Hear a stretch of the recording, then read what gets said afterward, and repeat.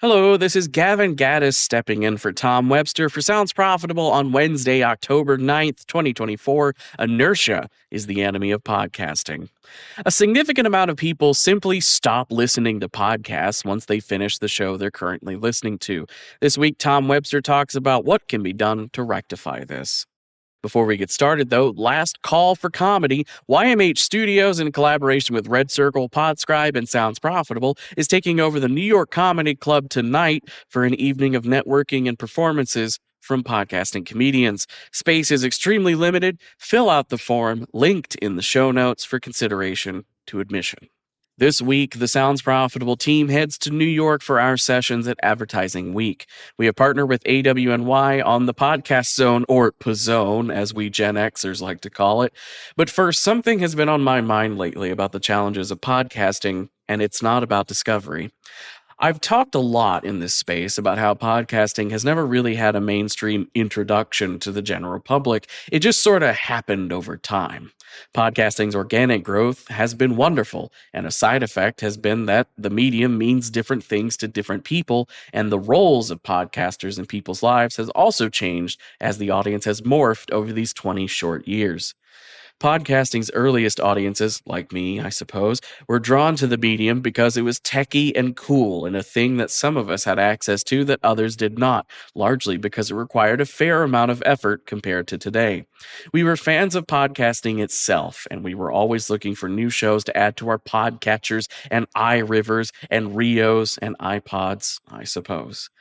I think we've largely gotten all of that audience that we were going to get, at least on the 25 plus end.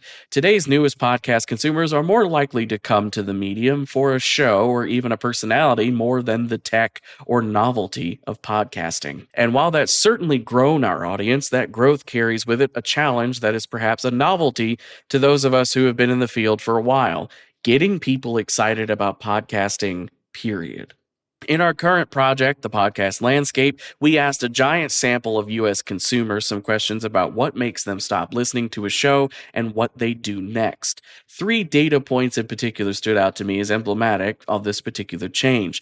First, we asked podcast listeners who had ever quit a podcast for their reasons, and the results were illuminating. In the article itself, you'll find a nice slide from The Podcast Landscape with responses to this. Think of a podcast that used to be part of your regular listening routine, but you stopped listening. Why did you stop listening? The top 5 results are lost interest in the show, 25%, lost interest in the topic, 22%, I've never stopped listening to a podcast, 20% of some brave supporters, repetitive or stale content at 15%, and too many ads in general, also with 15%. There's quite a few more reasons after that, but those are the top ones.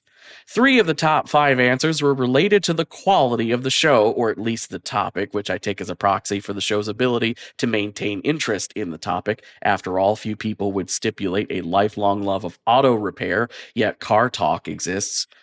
I take these humans at their word. The audience is always right. In television, the quality of a show can ebb and flow over time, and as shows become noticeably better or worse, word of mouth and audience behavior typically reward or punish those shows accordingly.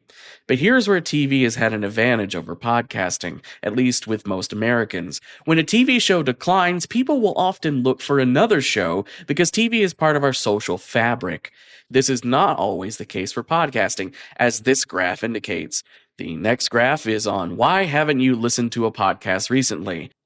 Top results include not enough time, 41%, not enough time alone, 24%, and I got tired of podcasts, 21%. This is compared to 2023's version of this graph, where I got tired of podcasts only got 16%. For this question, we asked lapsed podcast consumers, formerly listeners who haven't consumed a podcast in the last month, why they haven't checked out a podcast lately. And after the first 2 responses, which are the first 2 responses for any entertainment media type, the top answer was, I got tired of podcasts. Not only was this the top answer that wasn't not enough time, it was also over 30% higher than the same response in 2023. So are podcasts objectively getting worse? I don't think so, but it does highlight something that every podcaster needs to think about when they open the mic: selling the benefits of the medium. When people stop listening to a show for whatever reason, we need to catch them with another podcast and not with TikTok.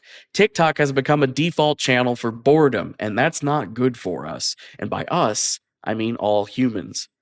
Every podcaster has an obligation to every other podcaster to sing the praises of this medium on every other show. Let's talk about how to spend that doom-scrolling boredom time with something that enriches the mind and doesn't turn it into AI-assisted ricotta.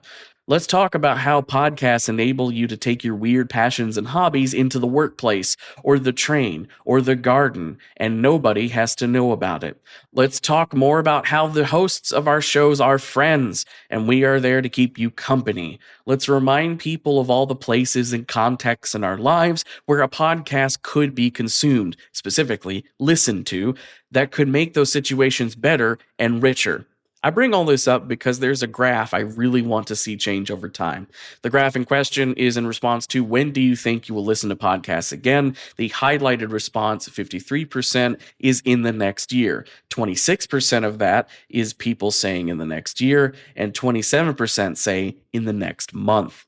43% of respondents said, I don't know when I'll listen to a podcast again.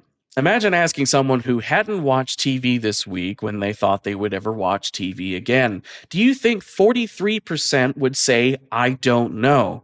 Or is it more likely that they would hazard a guess of at least in the next month or year? When people get tired of a TV show, they don't give up on TV, and we need to be afforded the same space in podcasting.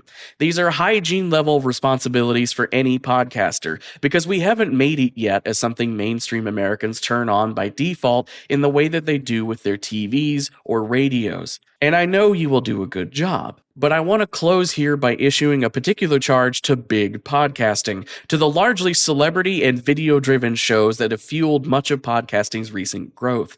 You don't get to duck this one. I want Will Arnett and Bunny XO and Charlemagne and Theo Von and Tucker Carlson and Rachel Maddow and Shannon Sharp talking about these things. I want them to give to podcasting what they get out of it. I know some of the people reading this now could at least, have a word with them. As the audience continues to grow and evolve over time, we have to recognize that podcasting, like any other medium, is in a constant battle for attention. And the enemy here isn't another podcast or the radio, it's inattentiveness and the platforms like TikTok that reward it. I think we have a wonderful opportunity to position podcasting as the antidote to excessive doom scrolling and too much screen time, as a host of other things that people say they want to do less of. But in the words of Massive Attack, inertia creeps. Special thanks to the sponsors that made the podcast landscape study possible. That includes American Public Radio, Wondery, ESPN Podcasts, BetterHelp, SiriusXM Media, Libsyn Ads, Paramount, NPR, and Signal Hill Insights. Thank you for listening to Tom's article, Inertia is the Enemy of Podcasting. I've been your surrogate Tom Webster, Gavin Gaddis. This episode is hosted on Spreaker. Until next time, I've been your fake Tom Webster. See you next week.